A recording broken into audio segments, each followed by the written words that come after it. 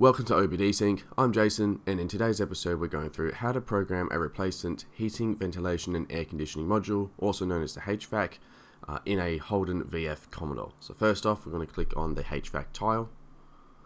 This is then going to bring up and load through the available options for the HVAC. It will show the licensing screen now if you haven't licensed it already. We'll click the flashing along the top, and this will show the required files we flashed in.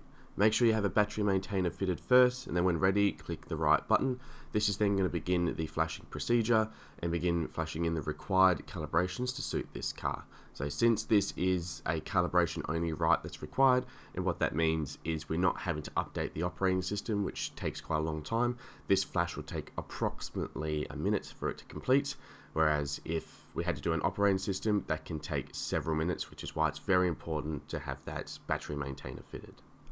So just coming up to our last bits and pieces here, and now finalizing the flash routine. Once done, we'll have a pop-up indicating to cycle the ignition and then clear all faults. We're just going to head up over to the Learn Functions tab, and then we're going to perform our final learn procedure here, which is the VIN security link. We'll get a pop-up here indicating it's going to take around 11 minutes to complete, so very important to have the battery maintainer fitted. Make sure the ignition is on. Turn off the headlights and also the radio. Once you've done all that, you can go ahead and click the OK button to start.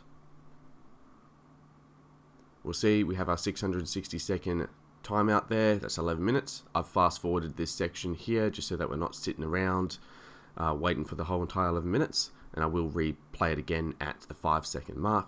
Very important again to have that battery maintainer fitted, since this is 11 minutes of the car being completely on, so it can drain a battery without it, so you must have that fitted during this procedure.